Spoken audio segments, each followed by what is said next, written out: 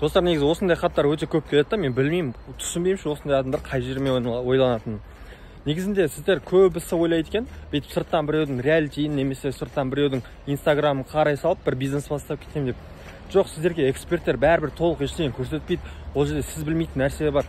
Сіз ойлайсыз ба, бүйтіп біреу OLX-ке салып, бір-екі объявление салып, миллионда бақшы тауып жатыр. Жоқ, олай емес.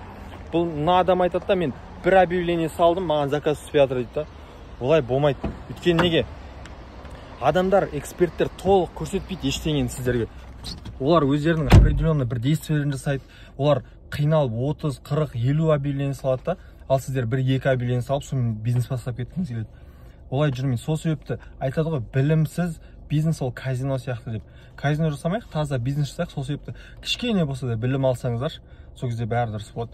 А то сіз қайтады, анау кругта жүре бересіз, қайта-қайта саласыз, қайта-қайта жұмыс істейсіз, ақша саласыз, сонымен шыға береді. Онда қазірше бір кішкене білім алып, соны кішкене ақшаға айналдырып, сосын кішкене көбірек білім алып деген сияқты сол системамен бастасаңыздар өте керемет болар еді.